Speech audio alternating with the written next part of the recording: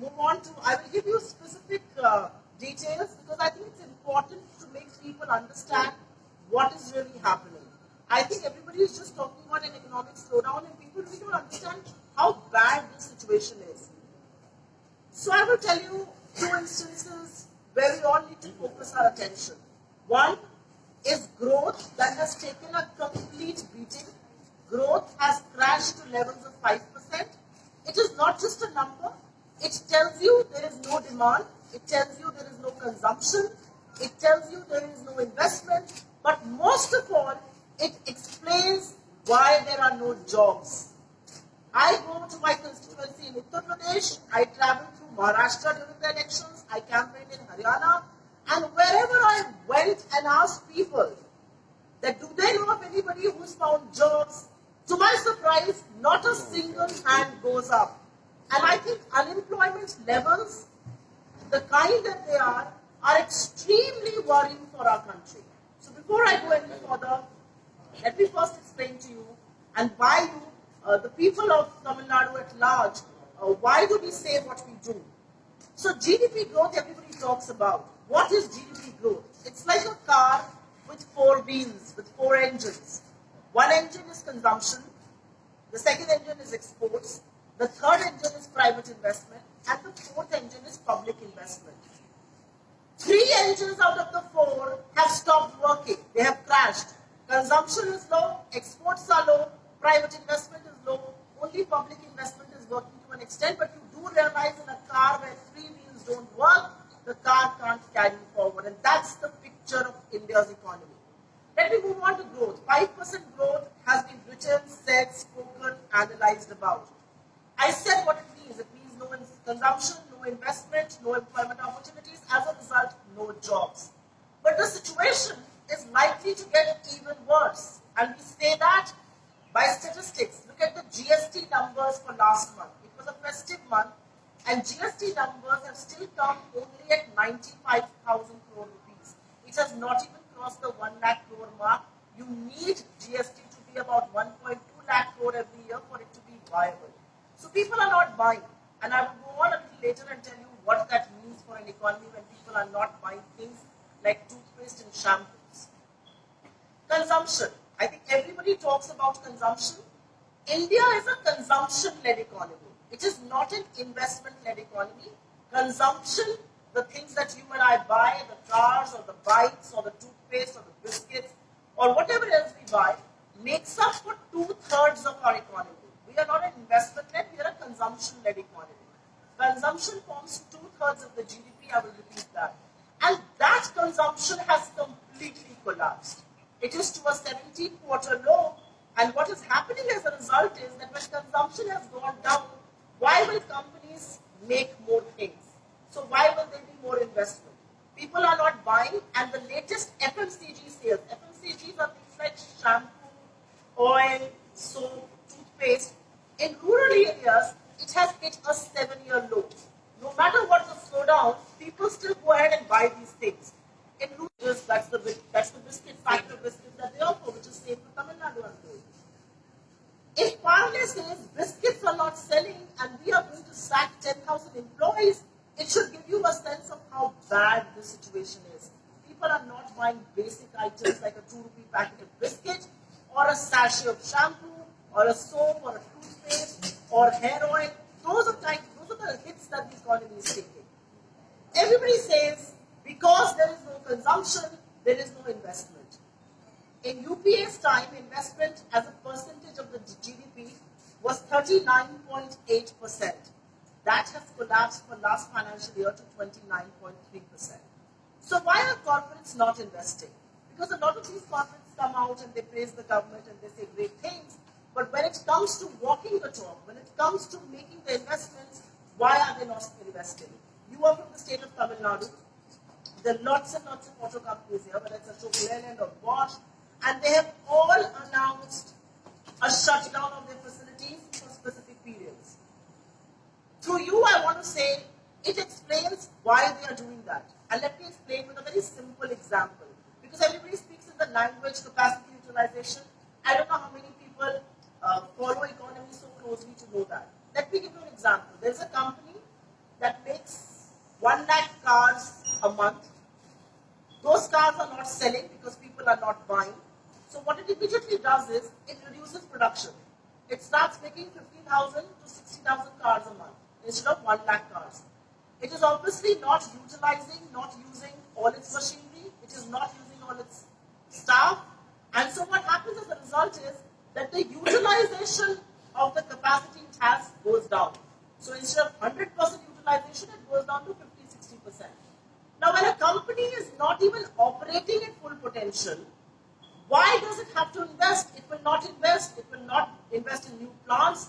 It will not invest in new machinery. It is definitely not going to hire more people. In fact, it is going to sack the existing staff. And that's what we are seeing happen in Indian industry. Whether it's auto slowdown, whether it's real estate, there are sector after sector where no investment is happening, and no investment is happening because there is no demand, there is no consumption. Corporates don't need to invest. I also believe that investment is an act of faith. If I am going to give him 100 rupees to invest, I have to have the confidence that I am going to get 110 back. Or I have to have the confidence that the business he's investing my 100 rupees in is a viable business, that the conditions are conducive. Today, Indian industry, no matter what it says on the upfront, realizes that economic fundamentals are weak, the government's policies are flawed, and as a result, they don't want to put the money where their mouth is. And which is what explains that credit in the system has slowed down. Banks, if you see the credit patterns, if you see how many corporates are taking loans, 88% reduction in credit to the commercial sector. I think all of this explains that people are not willing to put the money where their mouth is. People are not willing to walk the talk. People don't trust the government. People don't trust the policies. Corporates believe return on investment is shoddy, and which is why they are not going to invest. It also explains the tax terror in the economy. I mean, I don't want to make it a political issue, but we all know that the founder of Cafe Coffee Day committed suicide, and he blamed the tax harassment for it. That is the reality of our economy. That is the reality of businesses. I want to turn focus now to the third engine. I've spoken about consumption, I've spoken about investment. I want to talk about exports. During UPS time, and any economy in the world, it has to grow at 8, 9, 10%. Your exports need to grow at 20%. You have to be able to export to the world. India's exports, instead of growing, are shrinking. There is negative decline. There is a decline in our exports. The last reported figure saw a decline of 6.5%. We cannot afford that because most export sectors, whether it's jewelry, it's textiles, it's carpets, things like that, they are very, very job intensive. Most export sector has a lot of jobs. So that explains to you that there are no jobs in the sector, the existing jobs are crashing, and which is why we see exports being down. There are 30 export sectors where we export. 22 of them have shown a negative result, a negative growth. And let me also remind you here that everybody says US and China are in the middle of a global trade war. Yes, they are. But we should have been the beneficiaries of it. It should have naturally come to us. Instead, because of our flawed policies, because of policy lack of initiative, because of lack of understanding, because of very messy GST, what has happened is that a lot of the business has gone to countries like Vietnam and Bangladesh. And Bangladesh is now growing at a faster pace than us. That's the reality. From the fastest growing economy, we've really slowed down. We are no longer Asia's fastest or the world's fastest growing economy. Our consumption, our investments, our jobs, our exports are at an all-time low. And even then, it surprises me that Commerce and Industry Minister Piyush Goyal comes on camera and says, we will reach an export target of $1 trillion. It's good to aim high, but to reach $1 trillion, you cannot shrink at 6.5%, you have to grow at 20%. Where is that growth? What is your policy on that? You have no idea of how export sectors work, and which is why exports are suffering. I want to now turn focus to an issue that impacts all of us, because I'm sure all of us at home or otherwise have people who are at an employable age. Because India is a young country. There are over 70% people are in the working age population. By next year, we will be the youngest country in the world. fear that situation because I think our demographic dividend, I think what could have been a big area of expertise for us has been completely let go of. Our demographic dividend has turned into demographic disaster.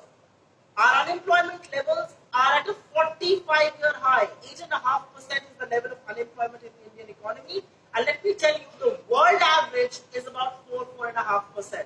So we are double than the world average as far as unemployment is concerned.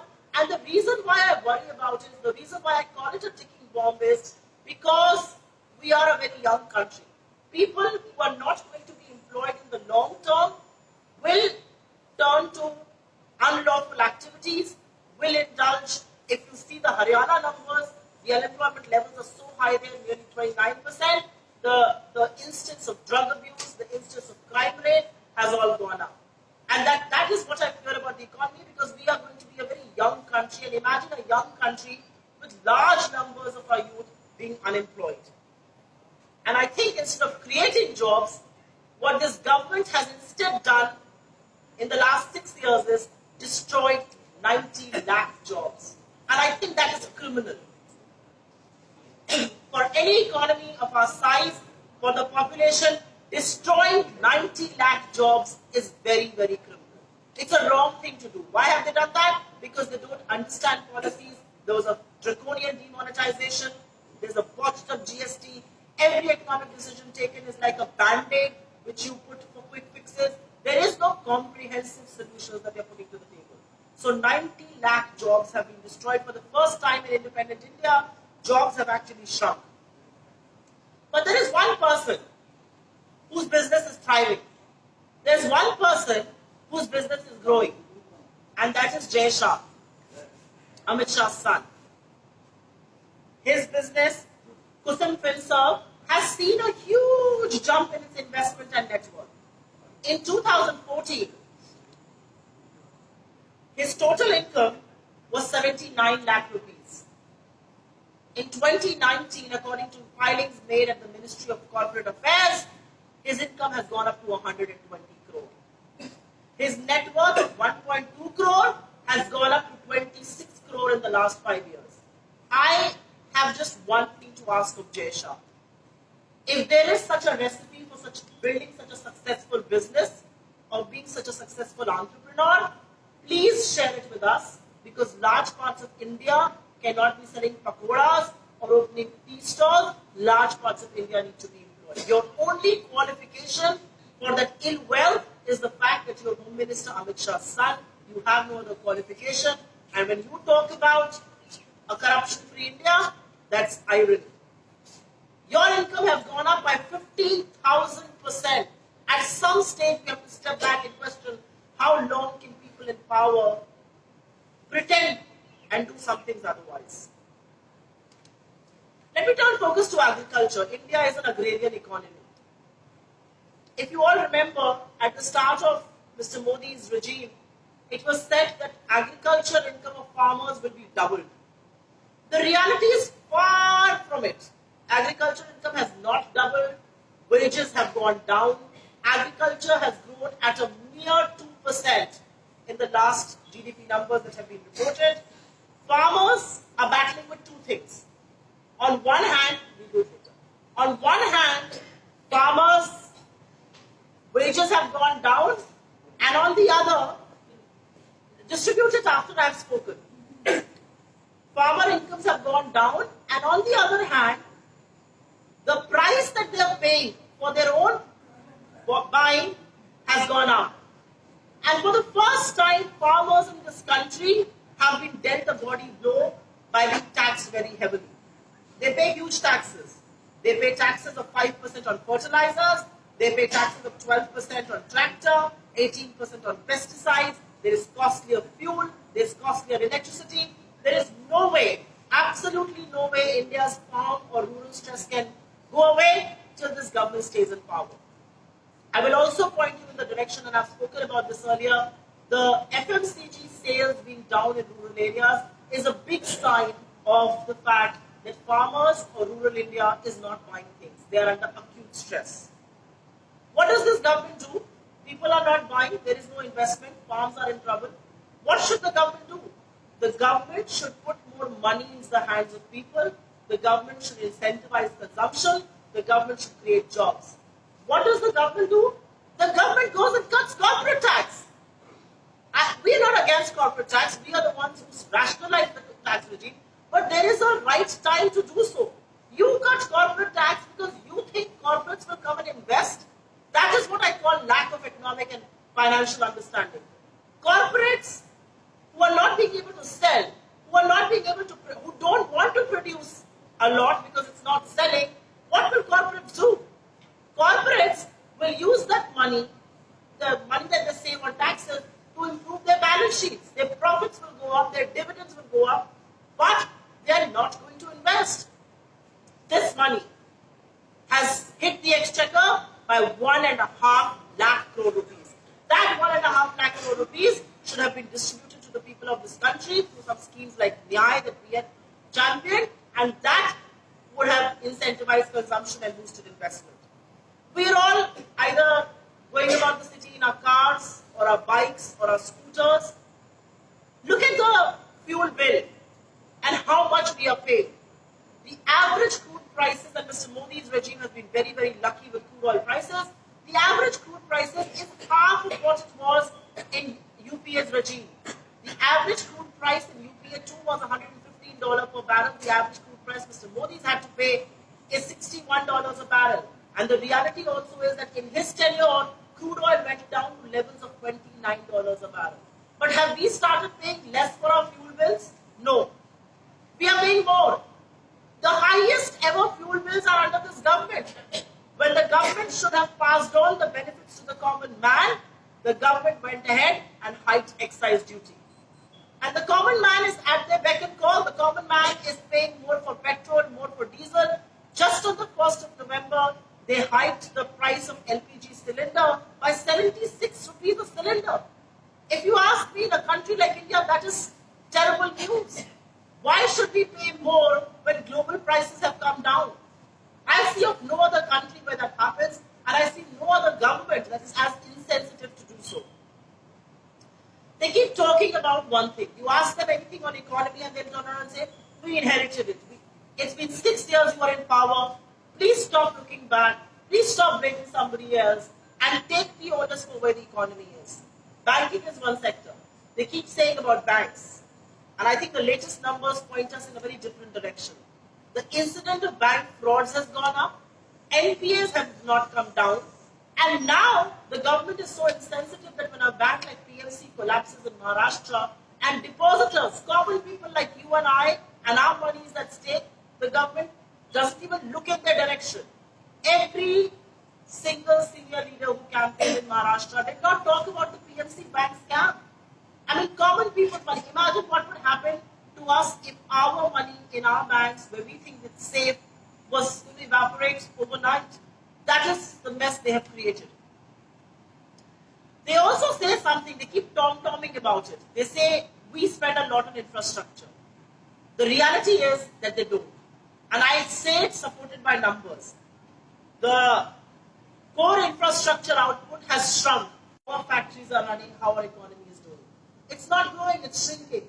So IIP numbers are going to be bad. Growth is going to be worse than it was in the first quarter. And we will have nobody to blame. We will have this government to blame. I will go back and also talk about one important issue where good sense prevailed. And I'm glad the Congress party championed that issue. I am glad we opposed that issue. I am glad we put our political stake at it. And that is RCEP. RCEP was a big issue. It was the Regional Comprehensive Economic Agreement. India almost became a part of it. Mr. Piyush Goyal kept saying it's the best thing to happen to us. The reality is it would have dumped our markets with cheap. So we are not just in the middle of a slowdown which is here and will go up. We are in the middle of what seems to be a very prolonged slowdown which is only getting more entrenched with every sector of the economy now getting touched. You look at the big sectors of the economy, manufacturing, automobile. You know, everybody says, why do you talk about auto? Auto is a sector where we've seen sales down for 11 months. It's a sector where 26 other industries are dependent on auto. Glass, rubber, paint, electrical lights. You know, cement or auto. So automobiles, manufacturing, agriculture, real estate, banking, sector after sector is seeing a slowdown, and this slowdown is only going to worsen in times to come. We at the Congress believe that the government, and like Raghuram Rajan, India's former RBI governor and the son of soil here in Tamil Nadu, has said, that the government has no economic vision at the top. They don't have a policy, they don't have a strategy to beat this slowdown. So what does this government do instead? It goes ahead and starts attacking economists, it starts blaming experts, it calls people who speak candidly as anti-nationals, and that's not what they're doing. Nirmala Sitharaman attacked Raghuram Rajan and Dr. Manmohan Singh for the slowdown. The reality is that 3/4 of his tenure was under the BJP government. He did 3 rate hikes and he did all of that in the Congress tenure. He did 7 rate cuts and he did it under the BJP tenure. So what are we talking about? How long will we keep blaming the opposition? Will we keep blaming the global factors? Will we keep blaming former governors for what should be an act of omission on our part? We don't understand the economic landscape. We are in the middle of an acute slowdown. We don't have a strategy at the top. It almost seems to be, and I'm going to say this with all the responsibility at my behest, that the government is trying to mask the numbers. For the first time in the history of India, our economic credibility has been questioned. Data has been withheld. For very long, farmer suicides was not being reported. For very long, crime data was not coming out. It has come out now with a lag of 2 years. So data has been tampered with. Tweaking is happening of growth rates. And even then, despite eroding the credibility, what has the government achieved? It has achieved nothing, because the view at the top, we don't know what the economic strategy is. It has not been articulated. There is a very muscular, majoritarian, Hindi push to things, but we don't see the slowdown being talked about. Instead, what do we hear? Ola and Uber are responsible for auto sales. Movies are doing good business, and so economy must be in a good shape. Instead, what we hear, that data and statistics don't matter, and we get into an Einstein and a Newton debate. Where is economic thinking? Where is economic strategy? Okay, these are the sectors of the economy, there are no jobs, this is what we are going to do. What we instead do is, we do quick fixes. We'll put a duct tape here, a mask tape there, and try and fix that. I also would want to point you in one direction. This is a little number heavy, so I'll go a little slow. It's important, because whatever they may say about the UPA, the result is that in our time there were 2 big slowdowns. In 2008, there was an economic depression, and in 2013, the taper tantrum happened. If you remember how the rupee was falling, it almost touched 70 to a dollar. Let me point you in a direction of what we did in the last 1 year and how we mended the economy. We brought fiscal deficit down from 4.9 to 4.5% in just 1 year. We brought the current account deficit down from levels of 5% to 1.5%. From levels of 5% to 1.5% current account deficit, fiscal deficit also brought down. Growth, which was 5.1%, jumped to 6.9% in 1 year. So nearly 5% to 7%. That is what happened. Almost a 2 percentage point jump. Rupee was brought down from 69 to 59 in a year's time. On every macroeconomic parameter, India fared well in the UPA. And let me also tell you, these numbers I am not quoting, these numbers are from the government of India. They are from the revised growth estimates, they are from the RBI. I will conclude by saying one thing. It may sound a little funny to people, but trust me, as somebody who has tracked the economy for nearly 17 to 18 years of my life, I can tell you, this is what it appears. It appears that this government is like Alice in Wonderland. It is bewildered.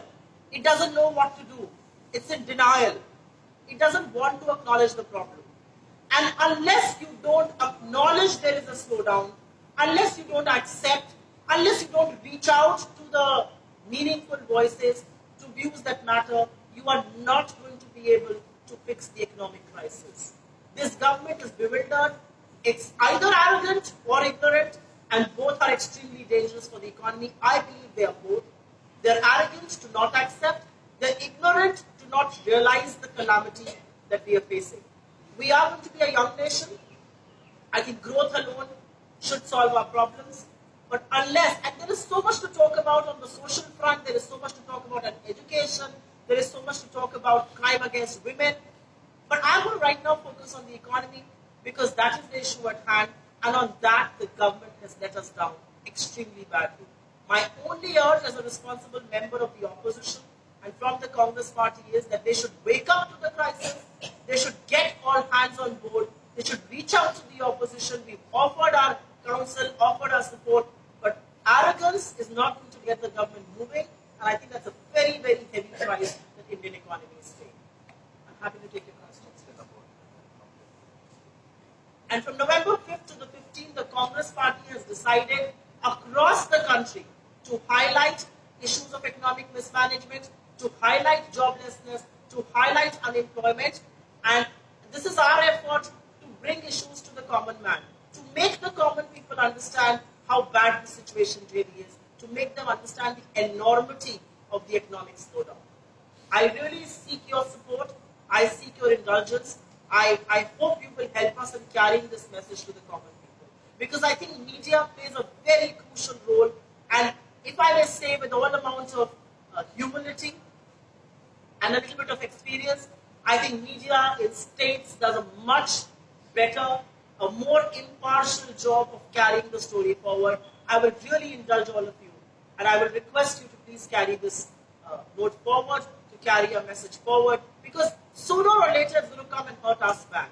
It's going to be our children who will find no jobs. It could be our colleagues who will be shunted out of organizations. Already there is so much churn that has happened in media itself.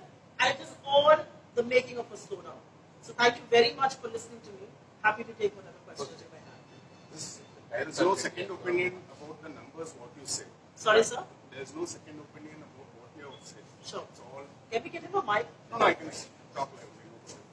Everyone knows about this and people are feeling the pinch of it. The only thing is, has the Congress failed to come to the roads a little earlier?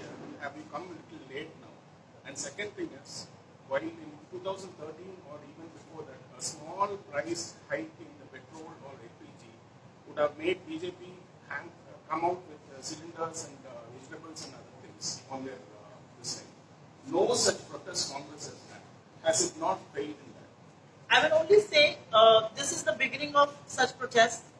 This is what we are doing between the 5th to the 15th. We are doing protests at district headquarters to begin with.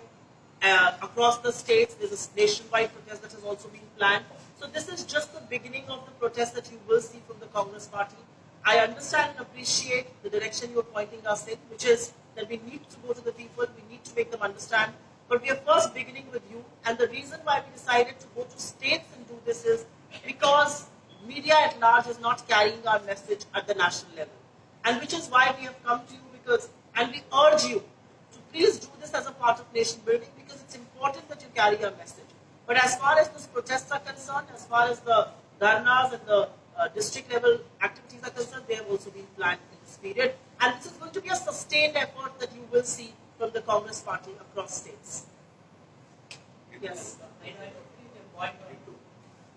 don't think the point on the saying that we have not carried a message across. But has there been some sort of, like you said, Congress has not been seen on the streets. I think you earlier planned the protest to be held between October 15 to 25 election sale. But then did you fail to take advantage of, you would have still had to protest sometime before the elections. You've seen how the elections went now. Is there a lack of planning within the Congress, or is the opposition not coming together on these issues? I appreciate your concerns once again. I don't think there is any better time to protest against the economic slowdown. Yes, we could have done this earlier, but I'm glad we are doing it now. And you will see this carry on, you will see this. This is going to be a prolonged protest that we are going to do because we don't believe that the economy is going to improve anytime soon. And why we don't believe is, and let me also tell you, our job is not to criticize the government alone.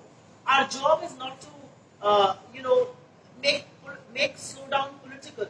But the reason why we are doing it and the reason why we want to do these nationwide protests is that it is not within our well-within if we don't raise the issue of slowdown the way it is, because it is prolonged. And you speak to any economist, he will tell you the slowdown looks more entrenched than it is. To your point of whether we could have done this before, we could have done this before, but we also want to do this now. Will we take to the streets? You will see a lot more of that happen. And also, And on an issue like RCEP, which is the Regional Cooperative Economic Agreement, you will appreciate, and I hope you will carry, that the reason the government had to finally back off from what was almost a done deal, if you read Piyush Goyal's comments, is because we lodged our protest, is because we made this an issue, is because we got common-minded, like-minded political parties to come on the same forum and attack this. And I think, if you ask me, that was a huge victory for us, because signing the RCEP would have been disastrous for India. The central government has been targeting all your leaders, especially Chidambaram has been in I'm going to talk about that. I want to address that as an issue. Just 1 minute. He has been in prison for the past 70 days. Congress has not come to the streets and show up support anywhere, except for a few minutes in the outside his residence. Have you failed in that? Whereas in Karnataka, when Shivakumar came back, there was a rousing reception for him. Has the Tamil Nadu Congress failed in that? I don't think they have failed. I think there were protests organized all through the state. You also do realize that when agencies become puppets of the government, and when courts fail to do their duty, it goes into the legal realm of affairs. He is fighting a very, very acute political witch hunt. I wanted to talk about this issue. I think the way the government has gone about taming institutions, I think the way the government has gone about weakening of institutions, which includes the judiciary, which includes, the first time judges had to come out and say what they did, which includes the RBI, which includes the CBI, which includes the ED, and the kind of political witch hunt that they have launched against people like Mr. Chidambaram, who have been India's foremost reformers, who have criticized this government, who have spoken truth to power. And let me also tell you, given my interactions with him, I've been interacting with him at the courts, and I've gone to see him a couple of times. He stays very strong. He is going to be out there. He is going to criticize the government's economic policies, and the government doesn't like anybody who stands up to them. And I think the kind of political vendetta against Mr. Chidambaram and the supine judiciary, if I may, is something that should cause concern to all of us. But as far as the issue is concerned, we do hope he'll be out soon, and we do hope we'll be a recipient of his counsel and his views on media and economy, because they're better than the best. You have a question? When you say you're going to navigate the rock test, are you going to see Congress on the ground? Yes. Because all said and done, the BJP has done a lot of groundwork. They've gone to the people. The number of people they have on the ground is a lot more than what Congress has done in recent times. I will say something to Has you. there been also because of all the confusion in your leadership, right? Mr. Rahul Gandhi quitting, Mrs. Sonia Gandhi taking over. Again, there seems to be some sort of confusion in the leadership itself.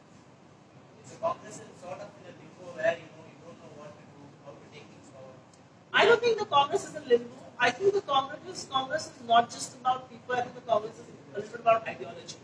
But to your point about the BJP has strong ground support, I think the recent elections tell you a story. You do a certain thing in one part of the country and you want to make this a political issue. The people are not impressed. I think the people whose employments have evaporated, I think the people who are at the receiving end of an economic slowdown are not going to vote for muscular nationalism, because eventually it is going to draw attention to that plate on your table, to a job for your son, to a job for yourself, or to the crime against your daughters, your wife. I think it will eventually draw attention to all of that. So I'm not thoroughly convinced that the BJP has people and so it can sell a certain narrative. They did try to sell the narrative in both the states, and the people have told them a very different story. The people have given them a very different message. The BJP, I don't think, has heard about the word ideology. And look at what's happening. We had somebody who lost in Haryana, who opposed them to and nail, goes and joins them, and within hours his father is out in furlough. Whereas Mr. Chidambaram, who's been at the receiving end of a political witch hunt, runs from pillar to post and doesn't get a bail. Please explain to me how does